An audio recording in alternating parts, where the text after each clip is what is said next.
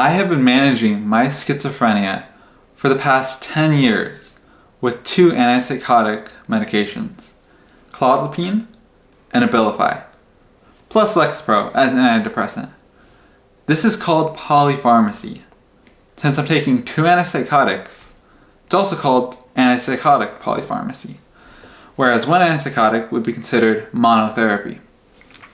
Most treatment guidelines recommend to avoid antipsychotic polypharmacy due to safety issues. New research published in the American Journal of Psychiatry in March of 2023 reveals that antipsychotic polypharmacy is not associated with a higher risk of hospitalization for severe physical health problems.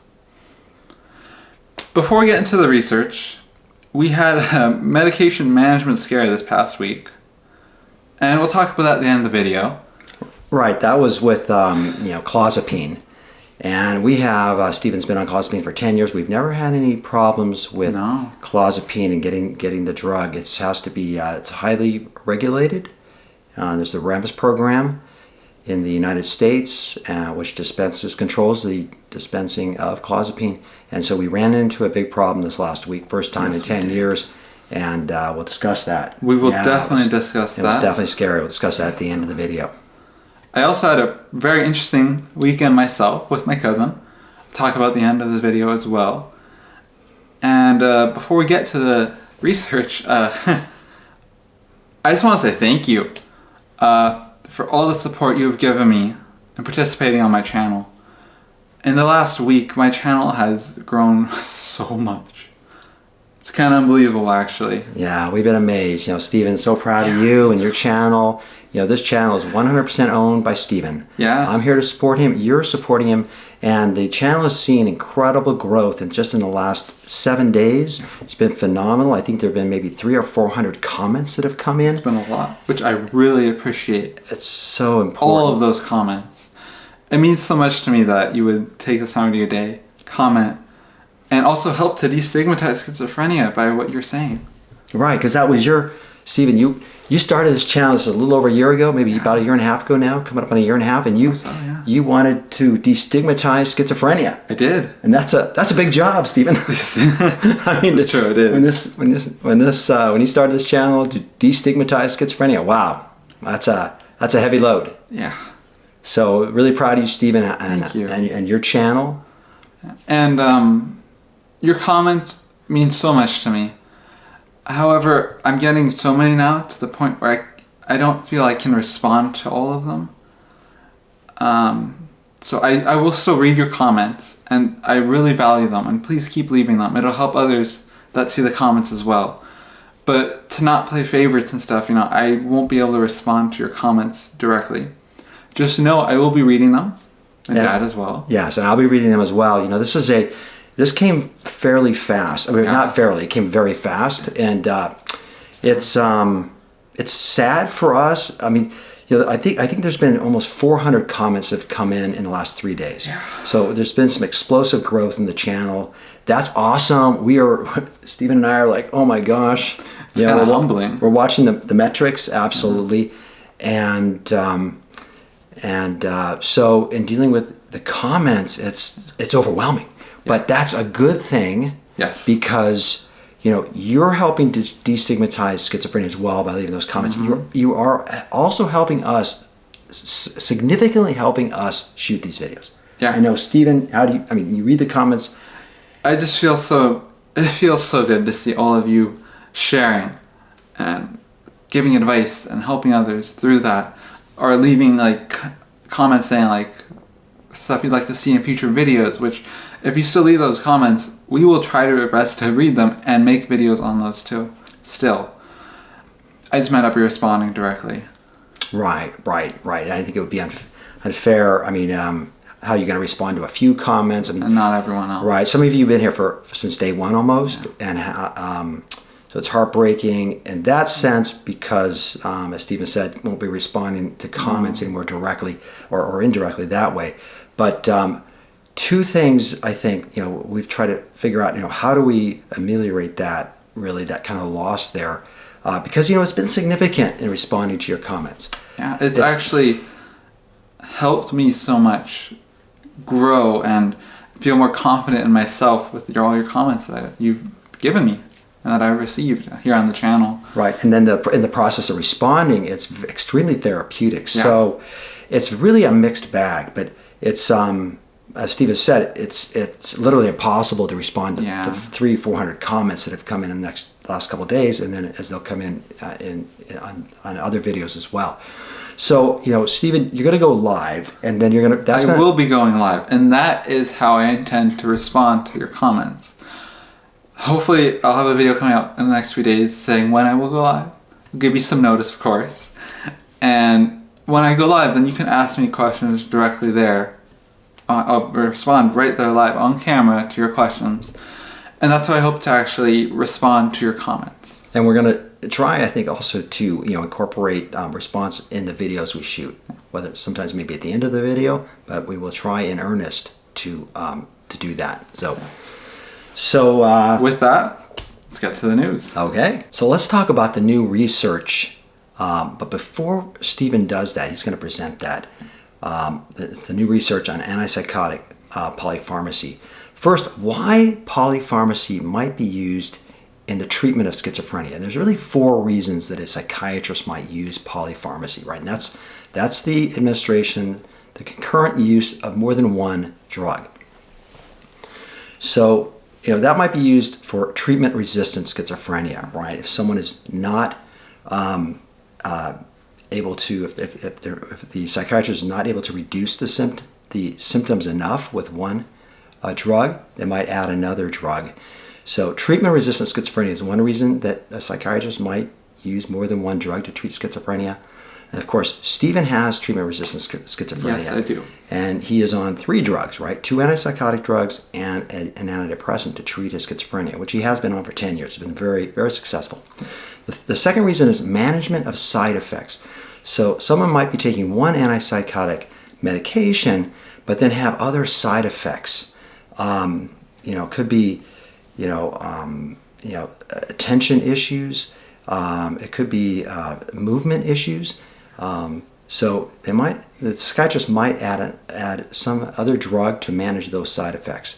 That'd be the second thing, management of side effects. The third would be addressing other conditions like depression and anxiety disorder. Mm-hmm. So someone with schizophrenia, as Steven has, might have and would probably likely have these other what we call negative symptoms, which would be depression, anxiety, social withdrawal.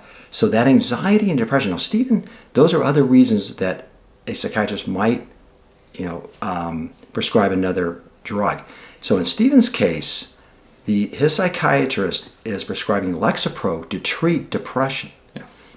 And she's also using the Abilify, which is the second antipsychotic he's taking, to treat, some of the cognitive.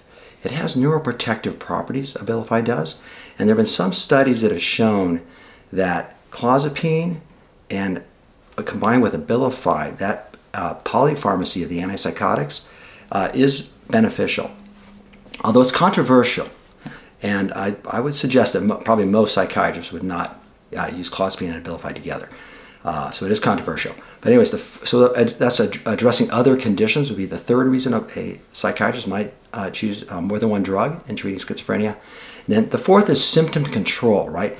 2 antipsychotics might not manage, or rather, one antipsychotic drug might not manage the psychosis symptoms of schizophrenia, or the delusions and hallucinations, as effectively as 2.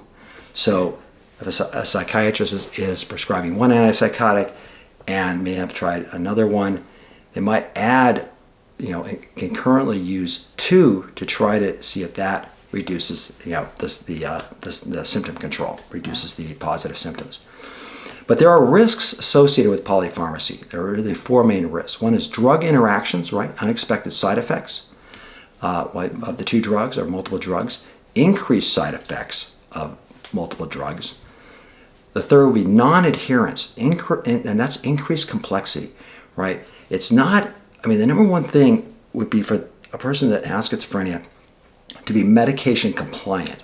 Yes. And ideally, that would be one medication to take daily, right? That would seem to be the easiest way to comply, because you got to go to the pharmacy, get the medication, and there's paperwork and legwork to get the medication, and also just taking the medication. Yeah. So non-adherence, and the non-adherence factor is a big reason that clozapine, I think, is underprescribed in the United States. I understand that it's prescribed to approximately 3 to 5% of patients with schizophrenia.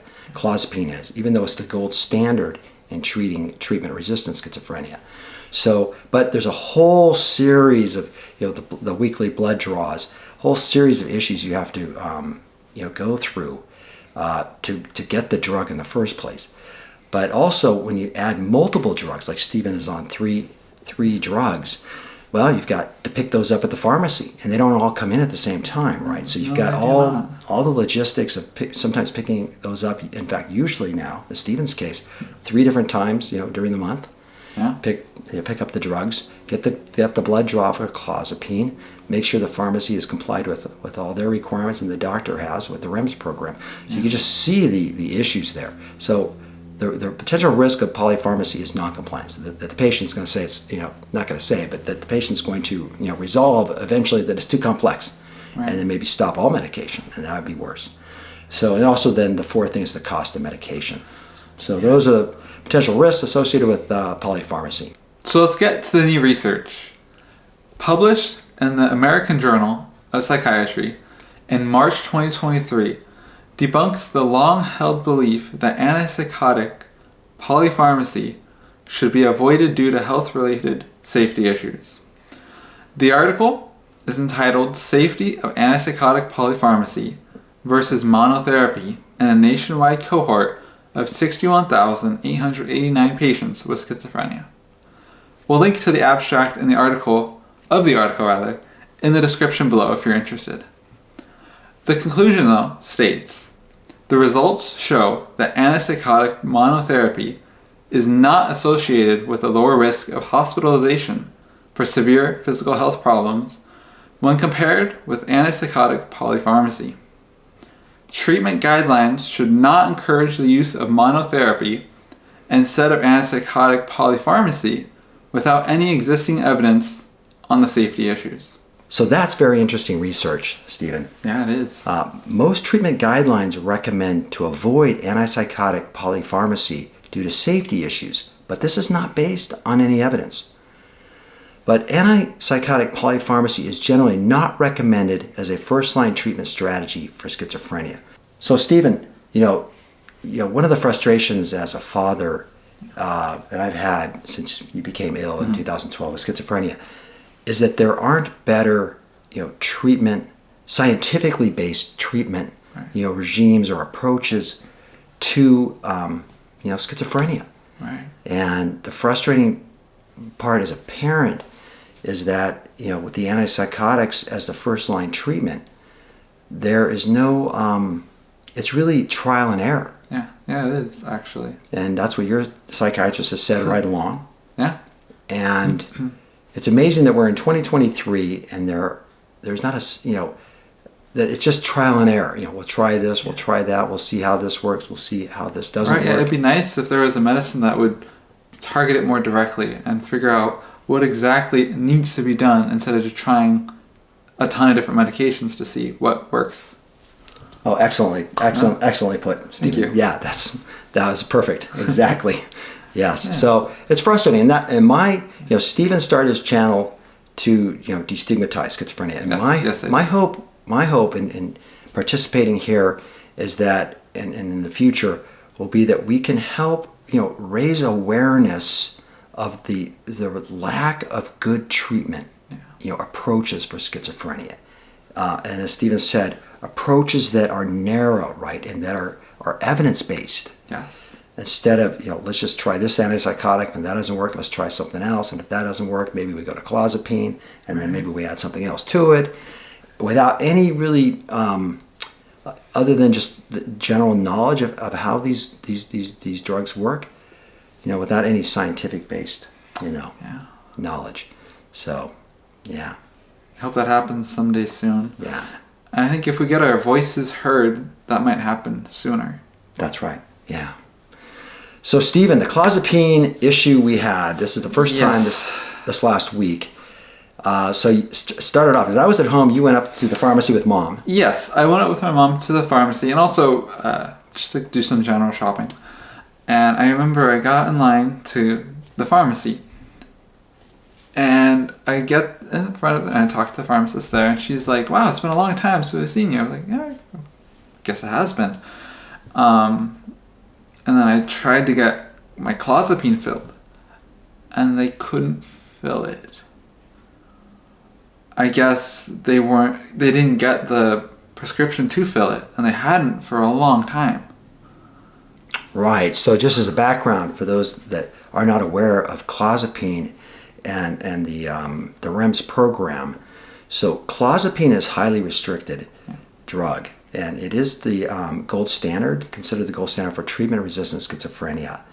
And Stephen went to clozapine after trying 2 or 3 other antipsychotic drugs, Zyprexa, which is olanzapine, and Abilify and Latuda. Right. He tried monotherapy on those drugs during the first year of his psychosis, and they weren't lifting the psychosis. No, they weren't. So we switched to clozapine. And when you do that, you have to have regular blood monitoring. Yes. So you have to have these blood draws, and the pharmacy is only allowed to dispense 30-day supply of the drug. And that's for as long as you're going to be on this drug. Yeah. Which may be for life. And Stephen's only 23. He started 10 years ago. So it's not a drug that's easy to get. In other words, you have to have your blood drawn. Which I had been getting my blood drawn. Right. So Stephen had consistent monthly blood draws. And what happened, so as the background there, it's a consistent, steady, monthly blood draws. Yeah. But we had a backup supply of clozapine. And so this is what happened. We had a backup supply. Again, the pharmacy can only give you 30-day supply. And they have to electronically register with the REMS program, as well as the doctor, the psychiatrist, to make sure and then verify that each month that the white blood cell levels are sufficiently high to allow the next 30-day supply of clozapine to be dispensed. So you can't just take a prescription in and get this filled. Not that easy. No, it's just and then so the pharmacy wasn't filling it because they said Stephen hadn't been in a few months. Yeah. Well, that didn't make sense because how is that possible? Because we're still using clozapine. He was he's on clozapine. He didn't stop. No. Well, we had a reserve supply of clozapine. Some of which we actually paid for out of the pocket. I think that where we got the reserve supply, because you're really not supposed to have any more than 30 days. No. Well, we actually ended up with like several months additional clozapine, and I think that occurred about a year ago when Stephen changed from Clozaril to clozapine. Generic to. All right, Clozaril is the brand. Yes, brand to generic. Right. Stephen had been on the brand Clozaril. That's the brand for clozapine. Yeah. So he's now on the generic version. And by the way, there was no problem when he switched over. Not at all. They're supposed to be almost identical, if not identical, I believe. Right. It's one's generic, one's the original. But, there's still a worry there. But it was not an issue for me at all. Right. It wasn't an issue. Switched over, and there was no issue. So during the switch, though, we ended up with some extra clozapine. And, so what was happening was, in the last few months, we were using up our excess supply and didn't realize at all. that we weren't picking it up at the pharmacy. We were picking up the Abilify and the Lexapro. So you can see how that comes back to the non-compliance issue. It gets complicated. It gets very complicated. And I was shocked that we were using up the supply, and that we didn't find that. So we were concerned. I called the psychiatrist and let her know that we had not been up to the pharmacy to pick up the clozapine for a few months. And I was worried that he would be essentially kicked off the REMS program and have to restart it. Which would have meant, not be good. Right, that would have meant weekly blood draws for the first 6 months. And but long story short is, called the psychiatrist, and then that was on a Friday, and then that following Monday morning, she electronically sent whatever information she needed to send to the pharmacy, and I was able to pick up the clozapine. So got it resolved, but it was a big scare. Yes. Also, you were worried that maybe they weren't monitoring no one was checking what my blood levels, white blood cell levels were. Because that's the issue with clozapine, that you could lose your white blood cells. That's why you have to have it checked so much. Right, actually. So if no one was filling the clozapine, who was also checking the blood level? Right, precisely. I'm glad you said that, Steve, because actually I forgot to mention that. Yeah. That was actually the biggest concern. The biggest concern when you got home Friday was that, oh my gosh, if Stephen hadn't been up to the pharmacy for 4 months to get his clozapine, who is checking his white blood cell count? Because he's been taking clozapine. Yeah. And so I quickly went to LabCorp website and downloaded all of your monthly blood draws. Mm-hmm. I got that, and I checked them. I had to do some Google research on what everything meant and what exactly I was looking at, because it's all highly technical information. Yes, it is. And so everything checked out. I was relieved there, and then I kind of was obsessing a little bit about the REMS program, how that was going to work out, and the insurance issues. So that I think another lesson I've learned is just take one day at a time. Take it, don't go too far out as to all the bad things that might happen, because none of the bad things did happen. No, and actually I wasn't too stressed, but at the same time I didn't realize any of that was an issue. I just thought, okay, I'm not getting my meds. Okay. Yeah, no, it was a big issue. I didn't realize that, which may have been a good thing actually. Yeah, yes. Because I would have been way more stressed out otherwise. Yeah. So that's a relief. Resolved that. So then last weekend with your cousin. Yeah. So my parents went to a wedding. Just outside Chicago. Yes, this last weekend. We were gone Friday and Saturday night. So we were gone just the 2 nights. So my cousin came over, which is really cool. He comes over actually pretty often, honestly. Usually just spends 1 night. He spent 2. This was, I guess, probably the longest you guys have been away with me here. Yes, with you here. You took the trip to Texas on your own, which is awesome. But that's with us. That's here at the house. So Stephen's here at the house alone with his cousin, and just hanging out. Did a lot of things. We did, and it was great actually. I wasn't very stressed out at all. I think actually having gone to the trip to Texas on my own really bolstered my confidence and my abilities to be away from my parents. Yeah, no, it was great actually. We played games and stuff. We went to the mall. We got food and stuff. I went to get sushi the first night he was there, or here rather, at a restaurant called Asaka. Went to good stuff for breakfast the next morning, which was a local breakfast place, restaurant. Went to all sorts of places like that. Played games, like I said, here. Talked a lot. It was really nice. So you got out a lot. You ate most of your meals out. Almost every meal we ate out. So how did you do? And that's great. I was encouraging that. How did you deal with the people at the restaurants you were at and the eating? I think actually one thing I've learned through this channel when I go out and do videos outside is just you can't care what other people are gonna, or you should try not to. I'm speaking while I'm recording. To care what other people are thinking, because really other people probably aren't thinking anything like you're thinking. Like when I'm out recording with my camera, just walking around the neighborhood or something, no one really cares that I'm recording, even though it feels like they do. So I took that kind of philosophy to this, where, I might feel like, okay, they're probably looking at me, they're thinking something about me, right? But no, really, in reality, they're just looking. I think that's great, Stephen.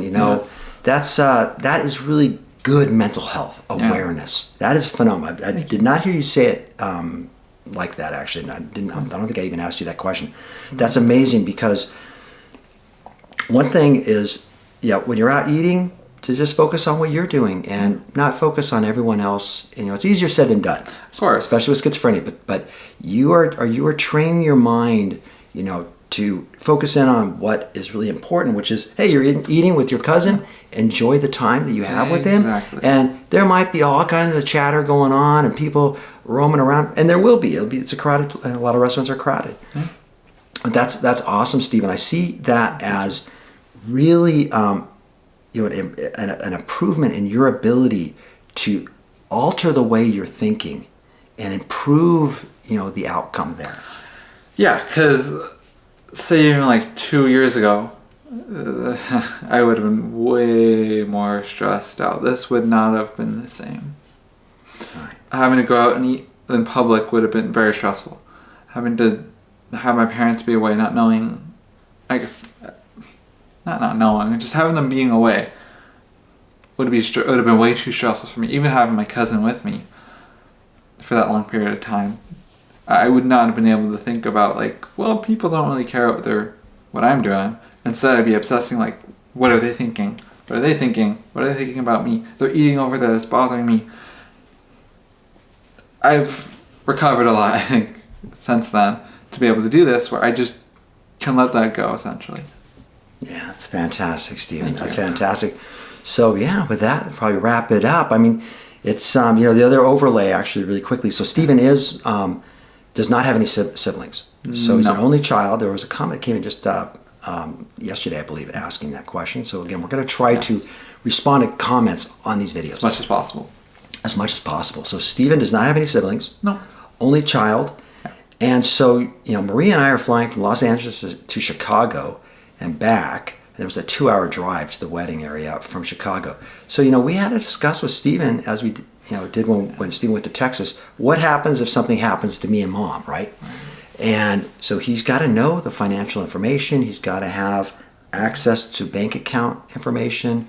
And I have a plan as to who do I call first and how does this all get worked out and everything. And I don't like talking about this. I don't like that thought, but we did talk about it, and I have the plan. I know what I need to do, who to call first, and what to do in what order if something does happen to my parents. Right, and it is stressful having to talk about that, but we spent a couple hours laying all that out with Stephen, as we did actually before we went to Texas, before Stephen went to Texas, because the worst thing, for me as a father, would be something happened to me and Maria, my bride, Stephen's mother, and we left Stephen unprepared, to deal with the house and everything that his medical insurance and all the other issues that are there. So, but that also builds a lot of anxiety. I know that just in the day before we left to Chicago, I thought, gosh, maybe I discussed it too much because I was getting stressed out. Yeah, we're talking about me and Mom dying and not ever coming back, and what happens, and the likelihood of that is almost zero, but it's there. Need to prepare. Yeah. So So kind of a heavy moment to end on. Yeah. The happy thing is that the channel, we'll come back around with the channel. Because okay. It's amazing. Yeah. We won't end there. It's the phenomenal growth in the channel. That's because of you. Yes. That's because of you. All of you. We couldn't be here. Stephen couldn't be here without you. No, and it's because of you that I've even recovered as much as I have since starting this channel. Yes. I mean, I would not be the person I am today without all of you here supporting me on this channel. And it's just absolutely incredible and means so much to me. It's humbling. It's been cathartic doing these videos. I've learned a lot. I could probably go on, actually. Yeah, and you have, in simple words, you've recovered a lot, Steve. Yes. I mean, you have recovered an amazing, you've gone, the last 18 months or 16 months, it's amazing to see the progress. Way beyond where I've gone the last 8 years. Yes, exactly. And I can't wait to see, where your life takes you, Stephen. Thank you. Yeah. So, we hope you enjoyed this video. Maybe learned something too. We both hope you have a happy and healthy rest of your day. And we hope to see you in the next video. Have a great day. I'll see you in the next video. Bye.